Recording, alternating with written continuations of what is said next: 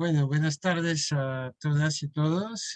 Muchas gracias por estar en esta conferencia virtual que forma parte de un ciclo de conferencias donde la logia L'Ami des Naufragés, número 407, la amiga de los náufragos, eh, ofrece a sus miembros, a los miembros de su seminario de investigación, la posibilidad de exponer avances de investigación. Se trata de una logia que se dedica específicamente a la investigación y el desarrollo en cultura e historia masónica y temas afines. Hoy vamos a tener la exposición de un investigador, Ismael Awash. Pablo, por favor, toma la posta que tengo una visita.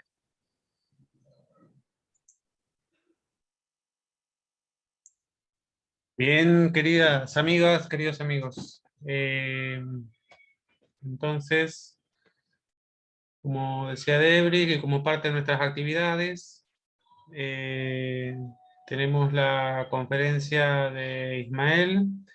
Ismael nos va a presentar temas asociados a la investigación, a sus investigaciones en curso sobre las logias en Bahía Blanca y temas afines.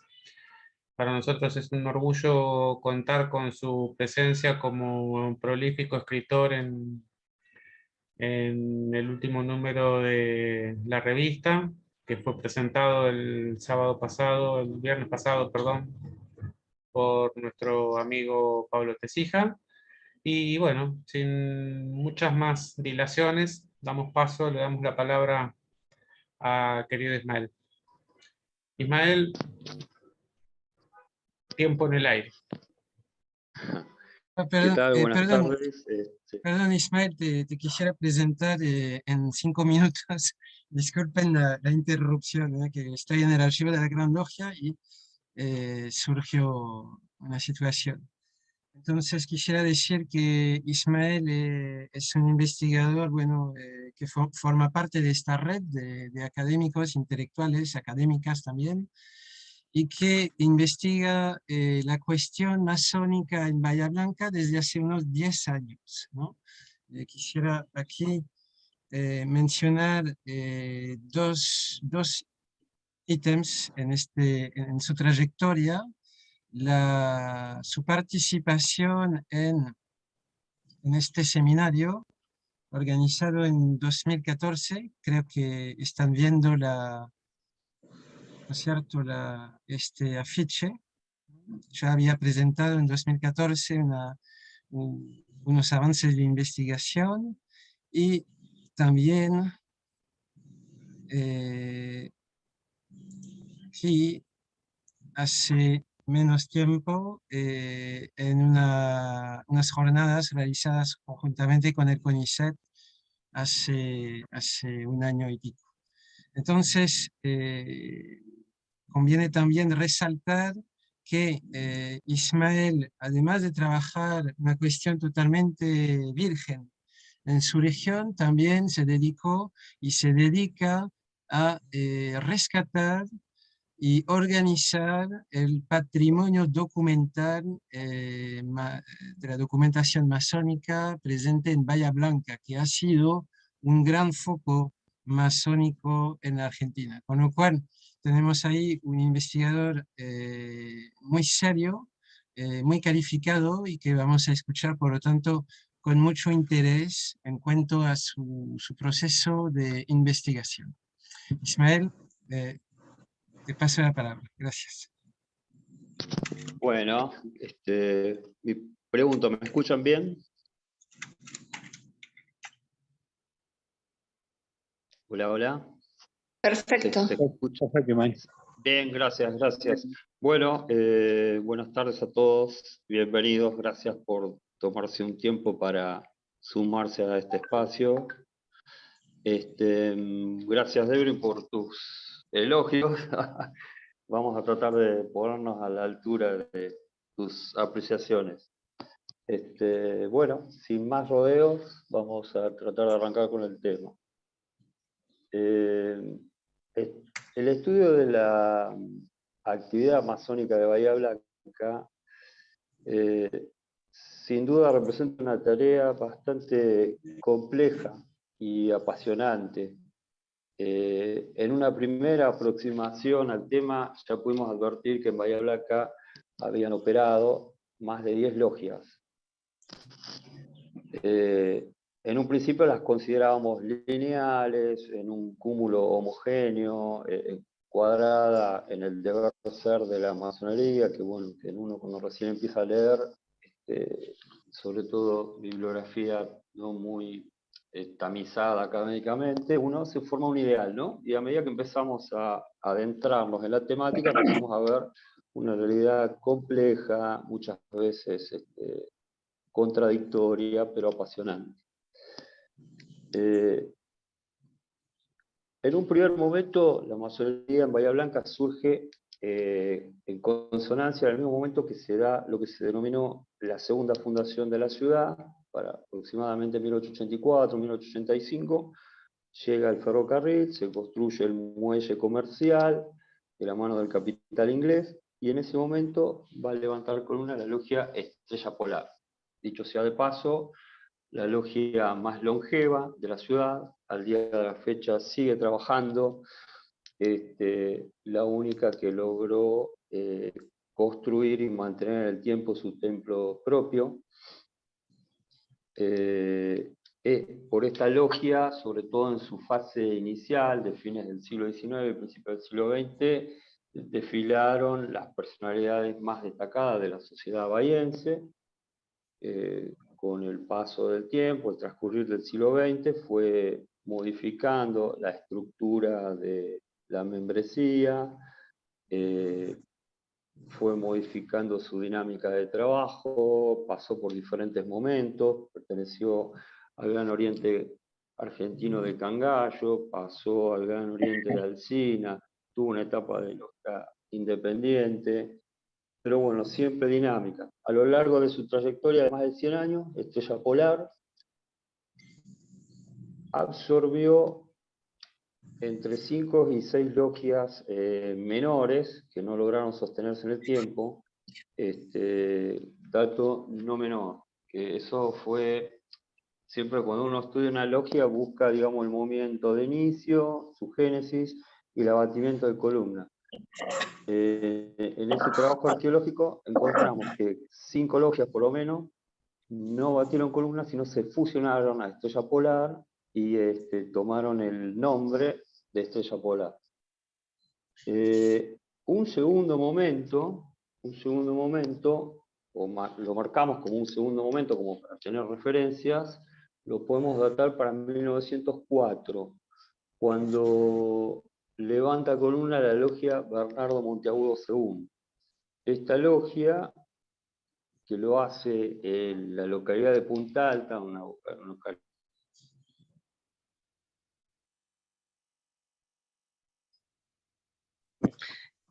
Te congelaste, se cortó la comunicación.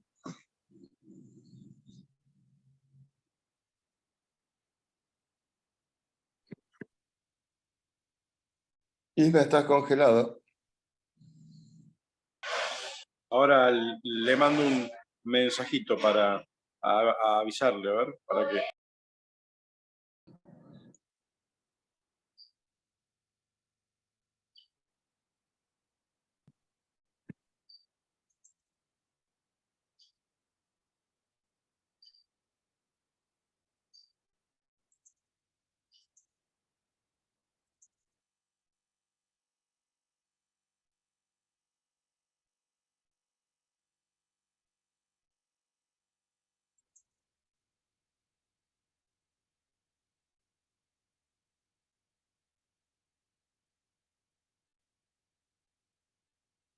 Hola, hola, pregunto si me escuchan ahí ahora. Sí, Ismael, perfecto. Perdón, Ahora sí. hubo una interrupción, no sé hasta qué momento me escucharon, pero bueno, voy a tomar el segundo momento del relato para 1904. Te había quedado con Monteagudo. Ah, perfecto, está bien. 1904 levanta con una logia Bernardo Monteagudo II. Esta logia lo hace bajo los auspicios del Rito Azul. El Rito Azul, para 1902, se produce una fractura en el Gran Oriente Argentino y se separa, por un lado, el Gran Oriente de Cangallo y surge el Rito Azul. El Rito Azul va a llegar a tutelar más de 80 logias a lo largo del territorio argentino y es un oriente antagónico en ese momento al oriente de Cangallo. O sea que vamos a tener el Valle de Bahía Blanca, Estrella Polar, una logia con personalidades socialmente encumbradas, más elitista, con templo propio en el centro de la ciudad, y en la periferia la logia Bernardo Monteagudo II, subordinada al Rito Azul, con una membresía mayoritariamente de militares, del cuadro de suboficiales, muy cerrada en sus comunicaciones. No hemos podido detectar comunicación para este momento entre Estrella Polar y Bernardo Monteagudo II. Es un dato a tener en cuenta cuando uno por ahí lee un poco sobre el romanticismo del deber ser de la masonería. Bueno, acá encontramos dos logias que están en un mismo valle y no se comunican por pertenecer a orientes antagónicos. De hecho, Bernardo Monteagudo II va a batir columnas en 1917 cerrada sobre sí mismo y sin tener comunicación con ninguna otra logia que no pertenezca al mismo oriente. Un tercer momento para la masonería bahiense se daría entre 1907 y 1908 con la llegada de las logias del Oriente Inglés, Albion y Whitby. O sea que en este momento tenemos tres orientes en el valle, el oriente argentino de Cangallo, el oriente del Rito Azul y el oriente inglés. Las logias de obediencia inglesa, a diferencia de las otras que las podemos encuadrar de obediencia latina, están compuestas exclusivamente por ciudadanos ingleses, en su mayoría empresarios o empleados jerárquicos de las empresas de capital inglés que operaban en la zona de Bahía Blanca, el puerto, en los capitales británicos. Se manejan con otro ritual, con otras formas. Un dato no menor, las logias inglesas van a trabajar en el templo de la iglesia anglicana, y las logias, Estrella Polar, que era hasta ese momento la única latina que estaba en el centro de Bahía Blanca, en su templo. Y muchas veces, acá, sin abrir debate en cuestiones religiosas, vamos a ver que muchas veces desde el púlpito de la iglesia se emiten ciertas críticas hacia la masonería, y a su vez la masonería devuelve esas críticas, pero se da en el plano de las logias latinas, o sea, Estrella Polar para este momento. No así con las iglesias, con las logias inglesas. Ustedes saben que... Hola, hola.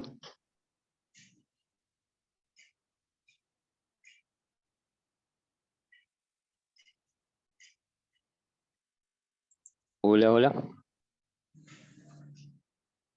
Sí, hubo una ligera interrupción, todo bien. Adelante, Ismael. Hola, hola, ¿se escucha ahí? Sí. Bien. Bueno. Un cuarto momento, que le podemos llamar así, como para ir teniendo referencias, se va a dar entre 1911 y 1918 con el desembarco de la logia Nadir, de la mano del Oriente italiano, y de la logia 2 de Mayo, de la mano del Oriente español. O sea, se suma al tablero, al escenario de la masonería local, dos nuevos orientes. O sea, repasemos, tenemos Oriente Argentino de Cangallo, Oriente Argentino del Rito Azul, Oriente Inglés, Oriente Italiano y Oriente Español. Esto refuerza la tesis de que en Bahía Blanca tenemos que hablar de las masonerías.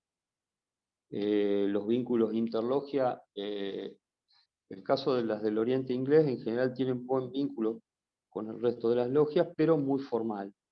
Después las del Rito Azul tienen poco vínculo con las del escocismo, salvo el caso de la logia Hijos de la Estrella Polar, que si bien perteneció al escocismo de Cangallo,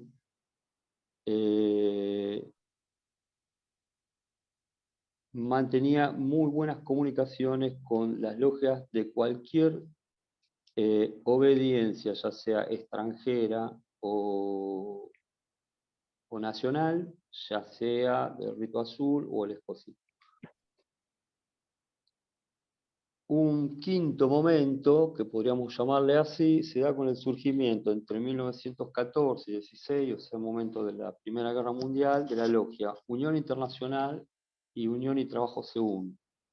Estas logias fueron de corta duración, no lograron consolidarse en el valle, no lograron conformar templo propio, siempre estaban alquilando inmuebles para poder operar.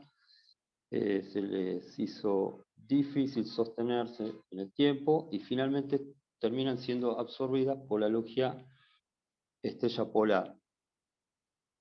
Y después un séptimo momento que me interesa marcarlo porque un poco resume la realidad de la masonería argentina para esa época, es la logia. En 1933 surge la logia Profeta Natán. Esta logia, si bien surge en el valle de Punta Alta, todavía pertenecía al partido de Bahía Blanca, y a su vez es una logia que mantuvo muy buenos vínculos con el resto de las logias, pero era una logia constituida exclusivamente por profesionales, ¿no? De diferentes disciplinas, pero por profesionales. Con el tiempo se va a cambiar de oriente hacia el GOFA, se transformó en una logia muy, muy comprometida con la realidad internacional, con lo que estaba pasando en Europa, con la Segunda Guerra, hasta que nuevamente vuelve al oriente de Cangallo y se termina fusionando con Estrella Polar. Es la última logia en ser absorbida por Estrella Polar. Bueno, hasta acá sería un poco, digamos, muy someramente la arqueología de las logias de Bahía Blanca. Queda mucho por profundizar con cada una de estas logias. Hay un trabajo de archivo importante que se está haciendo. Pero bueno, me gustaría más abrir el espacio a preguntas, como para poder redireccionar los temas y, bueno, en base a las preguntas que vayan surgiendo, poder ir evacuando las dudas que surjan, o aportes, o lo que fuere que surgiera.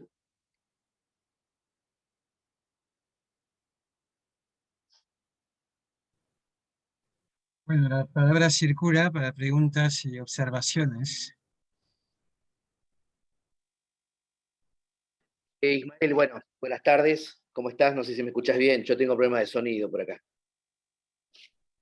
Sí, se te escucha bien. Si quieres Debrí, presentarte buenas y tardes. Sí, sí, luego... sí. Bueno, yo soy Ariel Ramírez, soy historiador de la ciudad de Punta Alta, así que con Ismael nos conocemos hace mucho tiempo. Así que bueno, celebro y saludo esta exposición y bueno, este compromiso. Ismael, yo te quiero preguntar cómo ha sido la relación de la masonería específicamente con la Armada de principios del siglo, qué sucedió, obviamente, con el devenir del tiempo, y si me permitís una segunda pregunta, si existió y hubo una relación entre la masonería y el movimiento obrero, sobre todo a principios del siglo XX, que bueno, donde fue la época, en lo cual yo investigué, la época de las grandes huelgas, ¿no? Grandes luchas obreras en esta zona, Punta Alta y Bahía Blanca. Bueno, eso. Bien. ¿Cómo estás, Ariel? Gracias por participar. Es un gusto que te integres a nuestro espacio. Bueno, mirá, hay dos preguntas ahí. Vamos con la primera. Vínculo masonería armada. tal vez no podemos hablar de un vínculo institucional, pero sí hay una figura muy destacada de la Armada, justamente para la etapa en que actuó y operó el Rito Azul, que fue la figura del almirante Howard, que justamente fue la figura que llevó adelante la conformación del Rito Azul, la expansión, creó vínculos con diferentes orientes del mundo, con Latinoamérica, con Brasil, con Chile. Incluso el Rito Azul llegó a tener una logia en Punta Arenas, como lo había mencionado, la logia Monteagudo II, en su cuadro lógico tenía un alto número de suboficiales de la Armada, así que bueno, en ese momento creo que podríamos hablar de un buen vínculo entre ciertas figuras de la Armada y cierta masonería. Después con el tiempo tenemos la figura del almirante Teseire, que también fue iniciado masón, y bueno, vinculado al peronismo, un tema bastante debatible y opinable. Respecto al movimiento obrero, podemos, por ejemplo, para el caso de la logia Liverpool, de ingeniero White, tenemos fuerte presencia de trabajadores ferroviarios, básicamente podemos hablar de una logia ferroviaria, así que bueno, entre el gremio de la fraternidad y la logia Liverpool de ingeniero White, sobre todo de las 2-3 primeras décadas del siglo XX, tenemos un vínculo fuerte. También tenemos figuras del socialismo iniciadas en Liverpool. Así que bueno, esos serían los puntos de contacto hasta ahora encontrados. No sé si alcanzo a evacuar tus dudas, Ariel, pero tomamos nota y seguimos profundizando y seguramente a futuro encontraremos más información. Muchas gracias, Ismael, y bueno, y disposición en lo que pueda colaborar. Ismael, una pregunta. Sí. Perfecto, hola, escucho bien, Soy Germán Margaritini de Concordia. Me desperté recién cuando lo nombraste a Tesaire. Te cuento por qué. Yo estoy justamente haciendo una investigación sobre la logia de Concordia, las logias de Concordia, y en 1944, en junio de 1944, la logia fue allanada y fue vaciada de todo su mobiliario y archivos por el gobierno militar de entonces. Las autoridades de la logia de Concordia, en conjunto con, en ese momento, la logia era Rectitud, pertenecía al oriente de la Gran Logia de Cangallo, se relacionan con Tesaire, que era ministro del Interior. Farrer lo había nombrado ministro del Interior. Quería saber si es el mismo que estás hablando vos, de Alberto Tesaire, porque había dos Tesaire, y si tenés idea de que perteneciera a la masonería, porque fue bastante esquivo en recibirlo a Onsari. Onsari hay notas que mandó a Rectitud que cuenta que fue 2 o 3 veces al Ministerio del Interior y fue atendido, llegó hasta el secretario y nunca pudo pasar del secretario, recién un año después pudo conseguir hablar con Tesaire. Es decir, quería saber si ese es el Tesaire del que estás hablando. ¿Qué tal, Germán? Buenas tardes, ¿cómo estás? ¿Qué tal? Bien. No sabría precisarse ese dato, pero bueno, tenemos que tomar nota y buscarlo, si se trata de la misma figura. Sí, aprovecharía para ampliar un poquitito en el plano local este tema que vos comentás de el rol de la masonería o de las masonerías con el Estado a partir del golpe del 43. En algunos casos se dieron allanamientos a logias. Tengo registro de que, por ejemplo, el Templo de Estrella Polar fue allanado, pero, por ejemplo, el caso de la logia de Liverpool, Argentina, a partir de 1943, regularmente el venerable tiene que hacer un informe por escrito detallando las nóminas de integrantes, ocupaciones, y a su vez, como una suerte de demostrar que la logia o la masonería es una actividad lícita, empieza a darse una fuerte presencia de Liverpool en el espacio público, haciendo tareas filantrópicas con la biblioteca local, con la escuela pública, con los scouts. Así que, digamos, como fue algo así como una contrarreacción, hacían bien los deberes, le mandaban el informe al comisario de policía. Obviamente empieza una etapa que es la de rescatar todas las figuras de la historia nacional vinculadas, ya sea de manera demostrada o no, a la masonería. Entonces se empiezan a brindar conferencias sobre la vida de Sarmiento, de San Martín, de todas figuras destacadas, como una manera de mostrarle a ciertos sectores del Estado reaccionario contra la masonería, que la masonería también era partícipe de la construcción del Estado Nacional argentino.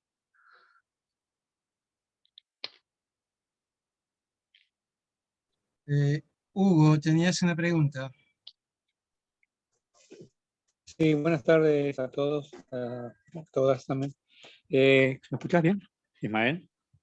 Te escucho muy bien, sí, Hugo. Bueno, mira, a propósito de esta mirada que tenían las masonerías, como vos aclaraste, yo una vez fui a una logia de Bariloche y ellos me decían como que se sentían insulares respecto del norte, que el norte somos todos para ellos.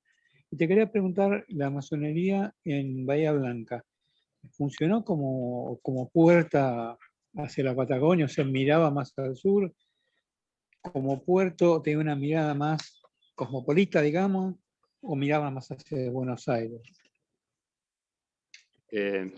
Sí, creo que me queda clara la inquietud. Vamos a tratar de desmenuzarla.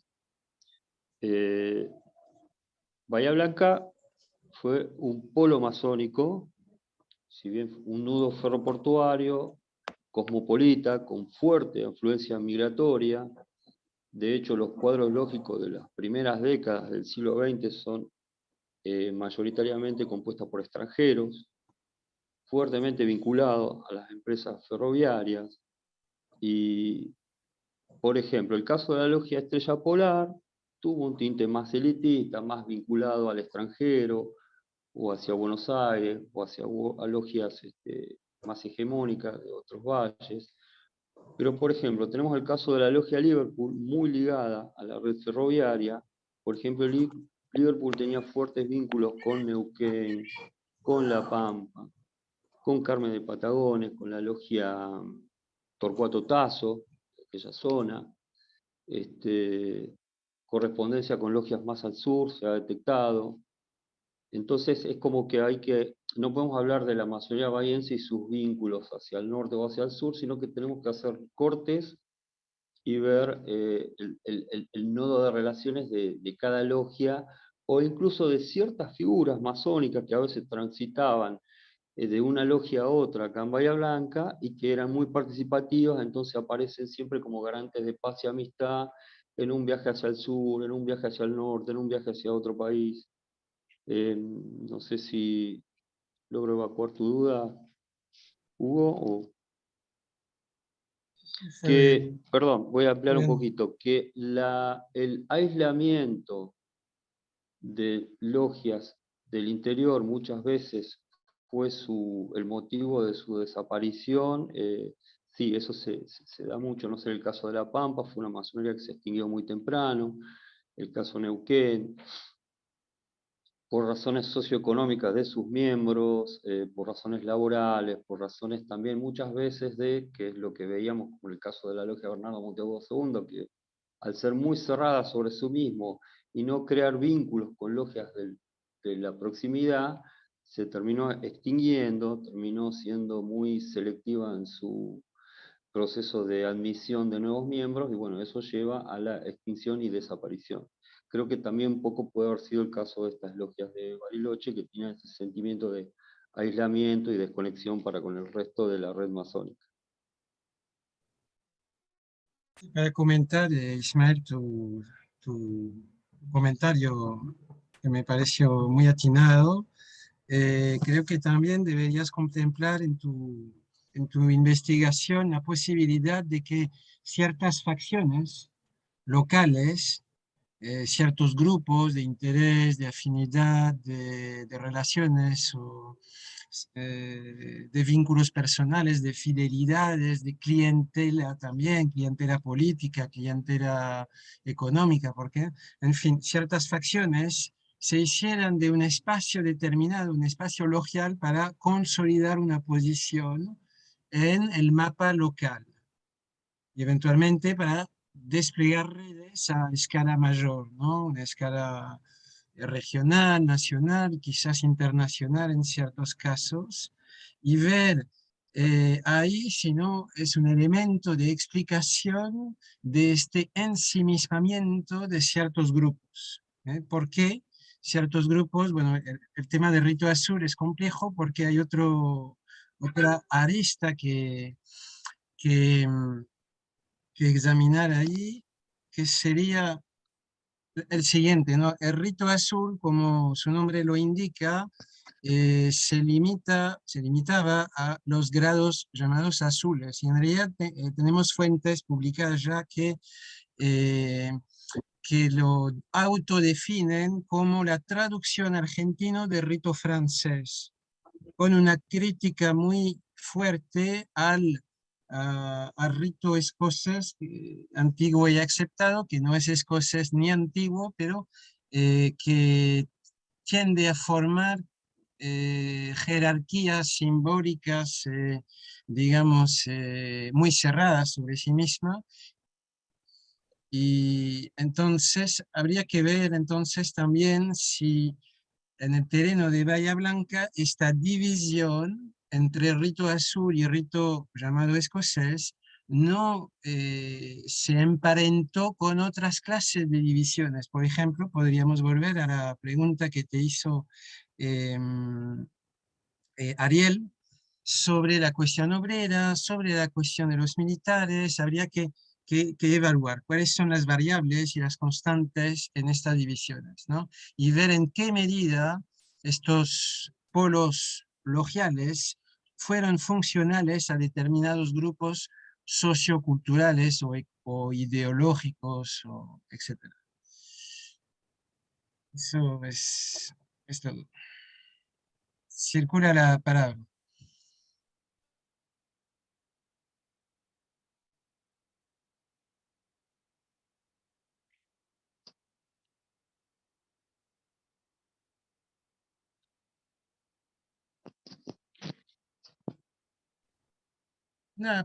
Una pregunta a Mario Ortiz. ¿Qué comentario podrías aportarnos desde tu conocimiento de la historia de Bahía Blanca? Mario Ortiz es profesor Sí. en la Universidad Nacional del Sur. Mira,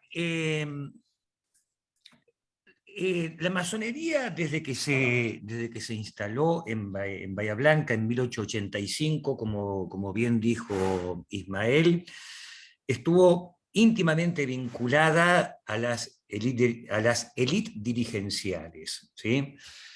Tanto es así que a la municipalidad en su momento la llamaban también la logia. Podemos poner ejemplo. Leónidas Lucero, el fundador del hospital municipal que al día de hoy sigue funcionando, nuestro gran hospital municipal, pertenecía a Estrella Polar. Caronti, que eran inmigrantes italianos, creo que militares, ¿no es cierto, Ismael? Así es, sí. Fueron los fundadores de la Biblioteca Rivadavia, la principal biblioteca pública, una de las más grandes de la Argentina, que se sustenta con el aporte de sus socios, que al día de hoy sigue con sus puertas abiertas. También eran todos hermanos, ¿no? Y por supuesto, buena parte también digamos, de personalidades políticas, intelectuales de una sociedad civil en ese momento muy reducida, ¿no? Porque Bahía Blanca en ese momento estaba en pleno crecimiento. Estaba, como bien dijo Ismael, en la segunda fundación. A ver, como para ubicarnos, Bahía Blanca se fundó en 1828 como un fortín de avanzada de las líneas de fortines contra los aborígenes. Y desde 1828 hasta prácticamente la llegada del ferrocarril en 1884, su crecimiento fue casi nulo, vegetativo, tuvo el aporte de los italianos de la Legión Agrícola Militar en 1856, pero no mucho más. Y a partir de la llegada del ferrocarril, se produce una explosión demográfica, territorial, ¿no? A tal punto que incluso en 1911 Bahía Blanca empieza a recibir migración directa de Europa sin pasar por Buenos Aires.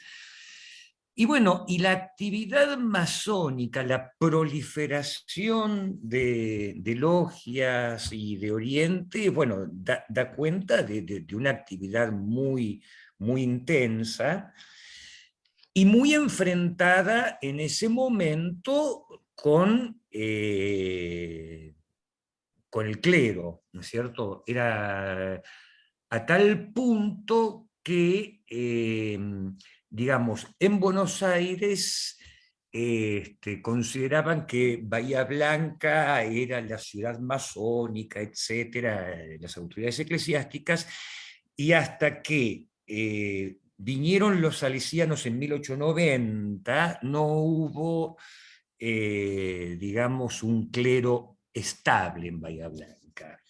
La llegada de los salesianos a nuestra ciudad produjo un enfrentamiento considerable, como muy bien dijo Ismael, un enfrentamiento que se vio en la prensa, ¿no? En la prensa incipiente en ese momento, pero había bastante actividad. Incluso, bueno, uno de los referentes intelectuales de la prensa en ese momento era Roberto J. Pairó, ¿no? El autor de Pago Chico.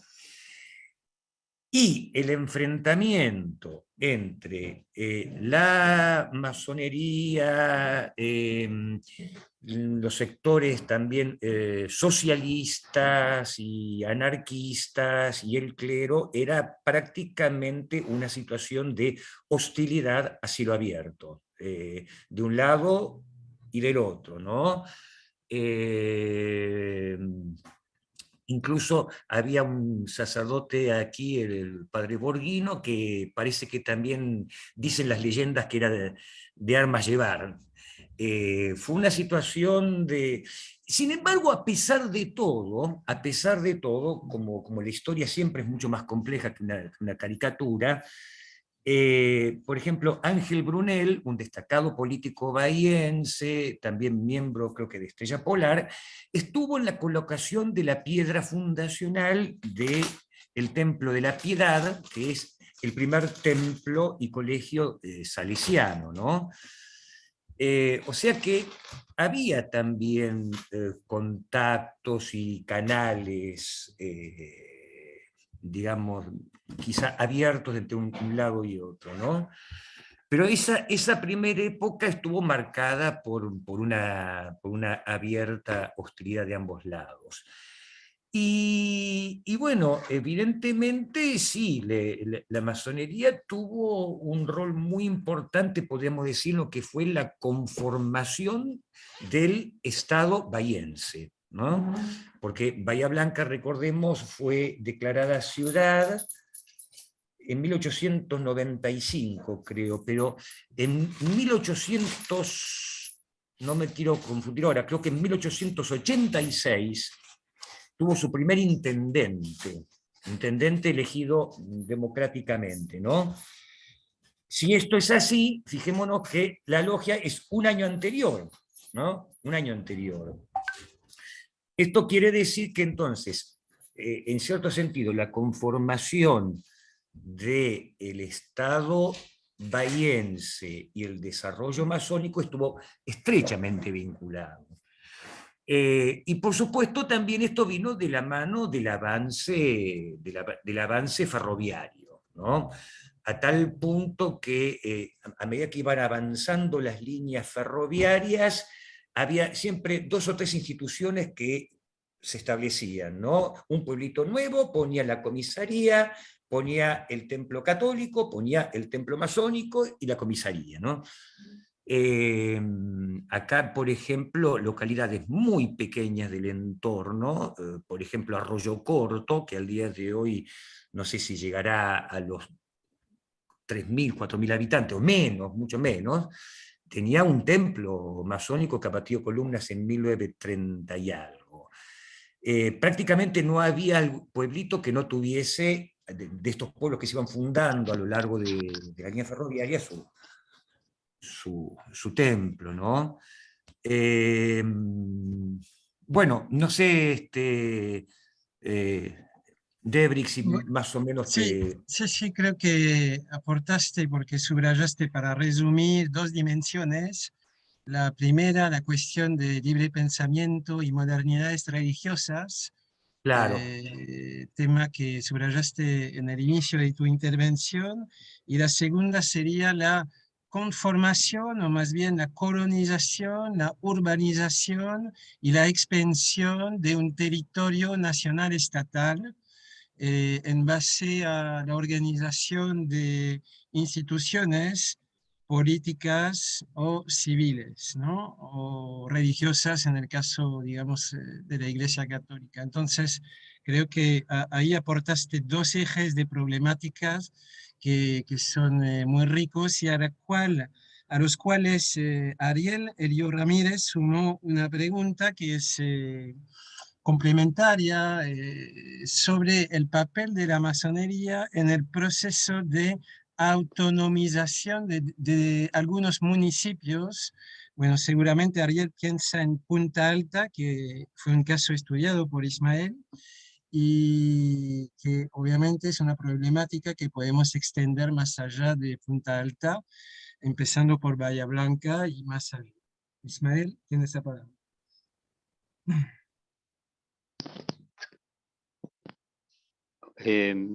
Hola, hola. En relación a la pregunta que nos había hecho Ariel respecto a la base naval, bueno, la pregunta era sobre la base naval y la masonería. Un dato no menor es que en la base naval la capilla Estela Maris, que hoy en día es un edificio hegemónico e imponente, recién se levanta en 1925, o sea, casi 30 años después de que se construyó la base naval. O sea, eso nos está hablando de que al momento de construirse la base naval, sobre fines del siglo XIX, principio del XX, la Armada tenía una línea muy liberal y no dominada por la presencia clerical.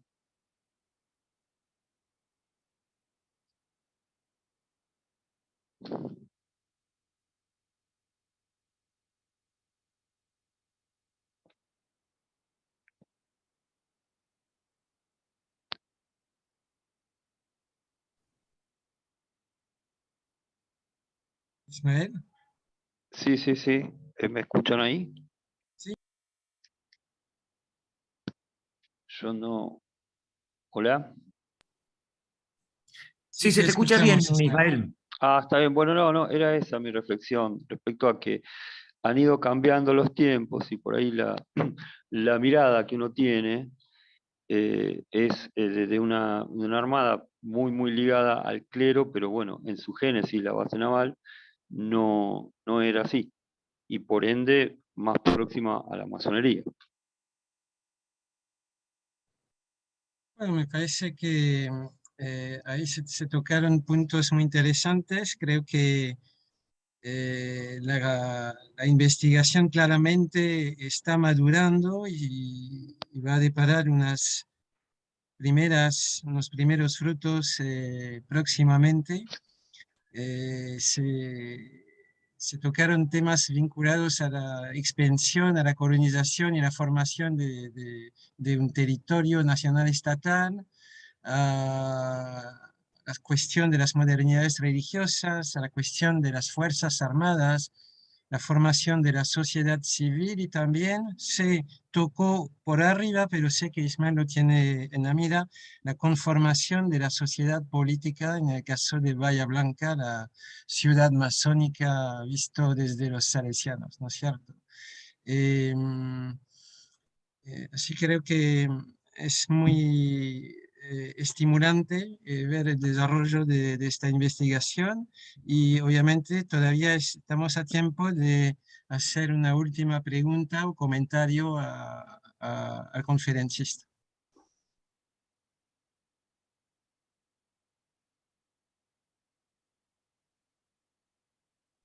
Yo tengo una pregunta a Debrin. Adelante, Carlos. Sí, gracias. Quería preguntarle a Ismael si nos puede relatar aquella experiencia que él comenta en su currículum relacionada a mi abuelo fue masón, un trabajo destinado a estimular y desmitificar la concepción de la masonería en la opinión pública. Y también la que menciona como expiación de la masonería en el marco de la modernización del Estado argentino. Me gustaría si puede explayarse sobre esto, Ismael, por favor. Gracias. Bien, Carlos, gracias por tu pregunta. Sí, a medida que a veces las cosas van sucediendo, uno como que va aprendiendo a investigar investigando, ¿no? Entonces, a medida que vamos avanzando, nos hemos ido haciendo de listados de nombres, y a medida que vamos conversando con la gente o exponiendo, teniendo experiencias de intercambio, aparece esta pregunta de yo creo que mi abuelo, le pusimos el abuelo, puede ser el papá, puede ser el bisabuelo, algún referente de la familia, era masón porque siempre se habló, y normalmente hubo un corte.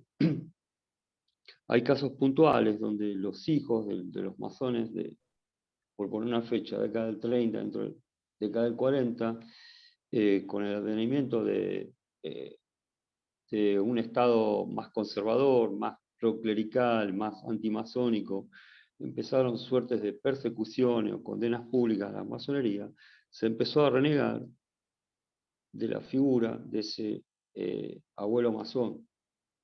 Las nuevas generaciones, con otra mirada,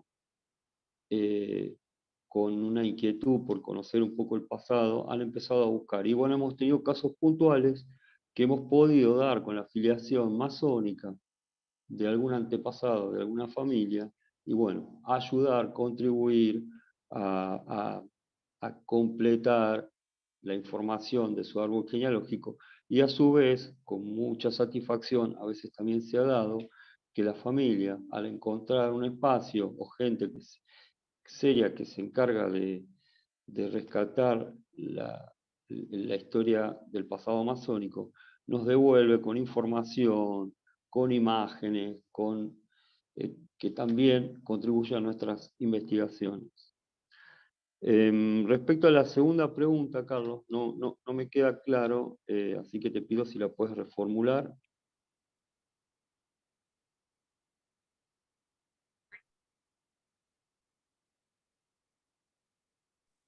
Sí, me interesaba sobre todo conocer la reacción del público. No sé cómo se da en esa zona, pero en la nuestra hay mucha antimasonería derivada de la prédica de la Iglesia Católica. Ese aspecto me interesaba, Ismael.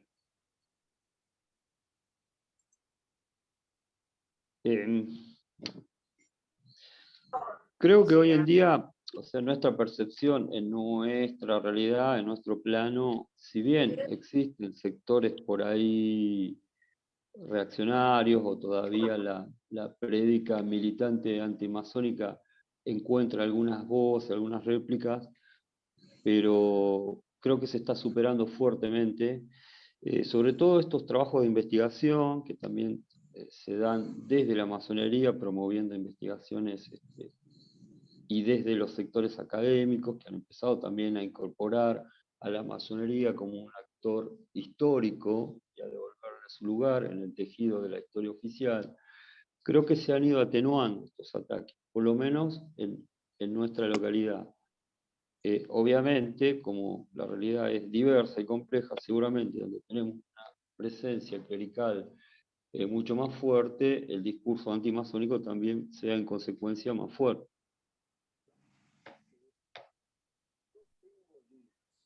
Muy bien.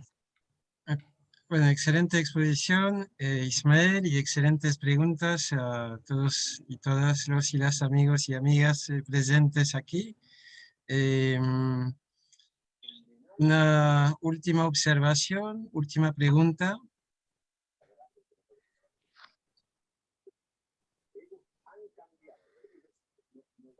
Bien, entonces vamos a aprovechar para presentar brevemente el próximo número que ya está en prensa de ADN 407, una revista de cultura masónica, humanidades y ciencias sociales, dedicada en este número a la cuestión de la salud pública. Aquí vamos a encontrar artículos relacionados con la fiebre amarilla de 1871 y los orígenes de la Cruz Roja, cómo la red masónica sirve para expandir a raíz de esta experiencia la Cruz Roja una década más tarde. La inmigración italiana, la formación de la sociedad de bomberos en el barrio de La Boca, en Buenos Aires, que tuvo su raíz en una logia masónica llamada Liberi Pensatori, la cuestión de la masonería y la promoción del feminismo a inicios del siglo XX, en el caso de México, estudiado a través de la primera médica doctora en medicina de México, Matilde Montoya, la cuestión de los afrodescendientes, de la cultura nacional y de la masonería a través de los orígenes afromasónicos de la Marcha San Lorenzo, una suerte de ícono en la cultura nacional argentina. También tenemos una nota muy interesante sobre la formación de la comunidad sorda y su vínculo con la masonería en la segunda mitad del siglo XIX. Es una investigación en curso y tenemos otras notas. Entonces, este número ya está disponible en PDF. Cualquier persona interesada puede comunicarse, sea con Ismael, sea con otra persona que conozca, para rastrearla y obtener el PDF, y en formato papel estará próximamente disponible, así como lo están los números anteriores, dedicados, por ejemplo, en este caso a la cuestión masonería y religiones, donde tenemos ahí temas muy poco frecuentados, como religiones orientales, masonería y vodú haitiano, protestantismo y masonería, iglesia católica y masonería, y también sobre la raíz ecosistémica de las religiones, ¿no es cierto? Bueno, con esta breve presentación que puedo cerrar con este número, primer número, sobre la educación. También disponible. Gracias, Ángel, un placer verte. Entonces, bueno, agradecer su presencia y a disposición, obviamente, si alguna o alguno de vosotros y vosotras quiere profundizar la integración, digamos, en este espacio de cultura y de ciencia. ¿Cómo se prende esto? No sé. Estoy en una videoconferencia. Okay. Yo quiero dos cositas antes de cerrar. Con respecto a que preguntaban recién sobre la cuestión de la actualidad de la masonería. menos en el ámbito que me compete, en el ámbito universitario, hay Mario, un hay interferencia, perdón. Alguien está haciendo interferencia ahí. Ahí está. Estaba diciendo que, por ejemplo, en el ámbito académico bahiense, universitario, hay un interés muy grande en torno a la historia de la masonería, porque se entiende que, bueno, que los orígenes masónicos y de la ciudad nueva Bahía Blanca son casi consustanciales, ¿no? Entonces hay un interés, digamos, muy grande por articular espacios, ¿no? Y bueno, y quiero hacer público también acá mi felicitación a Ismael, porque conozco el trabajo que él está haciendo y es un apasionado total, y su tarea abnegada merece realmente todas nuestras felicitaciones, porque no es solamente que está dando con la historia de la masonería en Bahía, sino que está dando con una parte de la historia bahiense misma. Nada, quería decir eso nomás. Muchas gracias, me parece muy justo eso que dijiste, Mario. Antes de dar la última palabra a Ismael, quiero decir aquí que existe un dispositivo que de manera pautada y adecuada puede servir a este proceso que vos, Mario, acabas de mencionar sobre el interés de los académicos bahienses por la cuestión. Hemos articulado una red de aproximadamente 20 núcleos de investigación y desarrollo en cultura e historia masónica, que es una red territorial presente desde el Chaco hasta Bahía Blanca, pasando por otros puntos del territorio nacional y también con algunas antenas en Chile y Uruguay. Este dispositivo, entonces en el caso de Bahía Blanca, el NIT Bahía Blanca, conducido por Ismael, puede servir para este proceso de integración que es totalmente deseable siempre que sea cooperativo y transparente, ¿no es cierto? Ismael, tienes la palabra. Bueno, no me queda más que agradecer por el espacio. Tengo la sensación que quedaron muchas cosas por decir, pero bueno, a veces, como lo planteaban en el Zoom anterior, es tanta la información que a veces estamos procesando que a veces se nos hace difícil la síntesis. Pero bueno, ese es el trabajo que estamos haciendo. Así que bueno, gracias a todos, gracias por las palabras de cada uno, tanto a través del espacio del Zoom como los mensajes que están llegando por privado, que bueno, son todos muy alentadores y muy motivadores.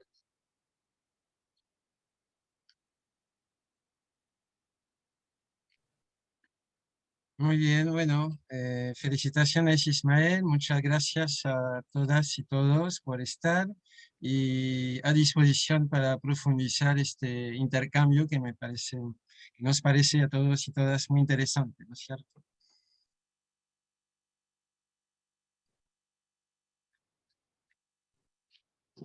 Bueno, hasta luego, chao, chao. Hasta luego. Hasta luego. Adiós. Hasta luego, muchas gracias. Hasta luego. Hasta luego, fuerza y éxito para todos. Hasta luego. Hasta luego a todos.